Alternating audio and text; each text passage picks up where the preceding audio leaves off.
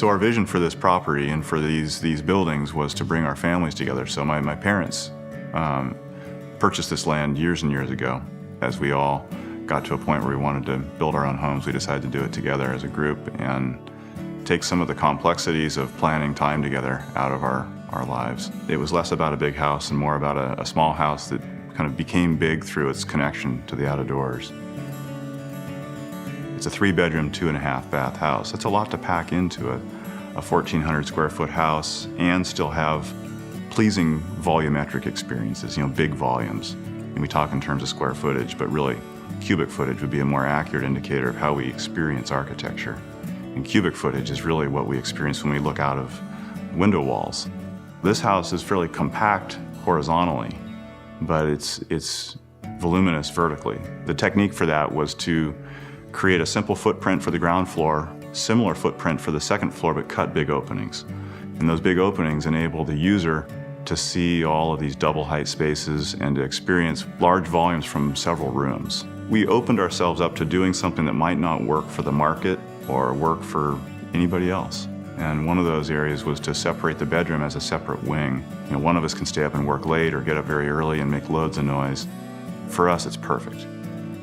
This project has everything from monumental windows to standard casements and awnings to asymmetrical radiused curved top windows at the largest size Marvin can produce.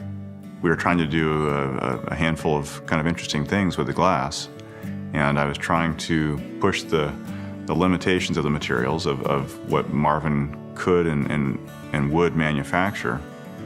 We have a curved roof that's a tilted curve, so it's not just a barrel vault where you can easily predict that each side of the window is going to be the same, but actually it's tilted such that each curved window has a high side and a low side.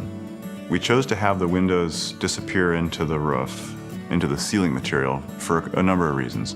Mainly, we wanted there to be a visual seamlessness between inside and out. And the way we achieved this is we took the standard Marvin window with no modification whatsoever, and we just lifted it into a framing cavity that was part of our structure. And then we could bring all of our interior finishes and our exterior finishes right to the glass. We furthered that by actually having a wood system on the ceiling where the boards go the direction of the view so that it further carries your eye out the window.